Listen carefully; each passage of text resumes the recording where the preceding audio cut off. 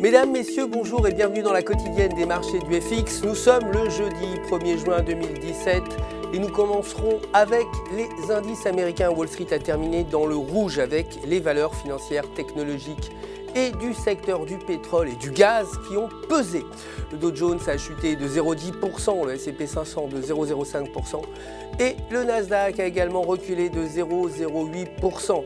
A noter JP Morgan qui a chuté de 2,9%, clôturant à 82,25 $ l'action.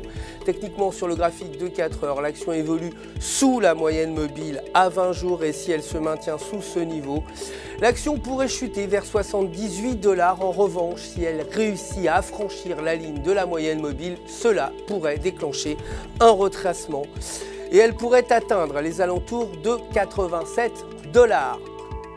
Côté devise, le dollar américain a terminé majoritairement en baisse face aux autres devises majeures mercredi après la publication de plusieurs statistiques économiques qui ont montré une certaine faiblesse dans le secteur manufacturier et de l'immobilier aux États-Unis.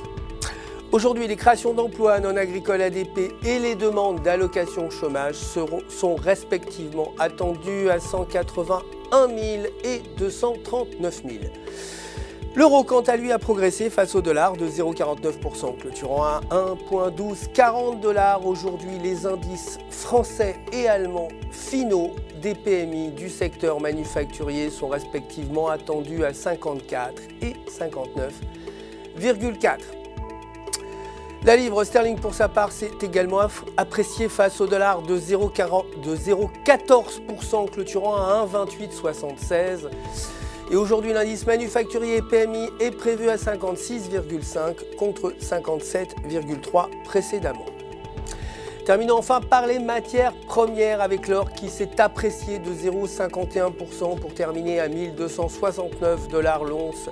Et selon le graphique journalier, l'or a dépassé le niveau de résistance à 1263 $ avec l'indicateur Momentum au-dessus de 0 et le maintien de ces niveaux pourrait entraîner une augmentation vers 1275 $. Cependant, un nouveau repli sous le niveau pourrait entraîner une baisse vers 1250 $.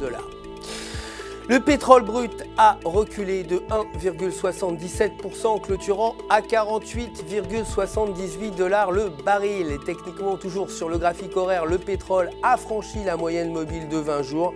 S'il maintient ce niveau, l'or noir pourrait augmenter vers 50 $. Cependant, avec l'indicateur RSI inférieur à 50, nous pourrions voir le pétrole tomber sous la ligne de la moyenne mobile vers environ 48 $.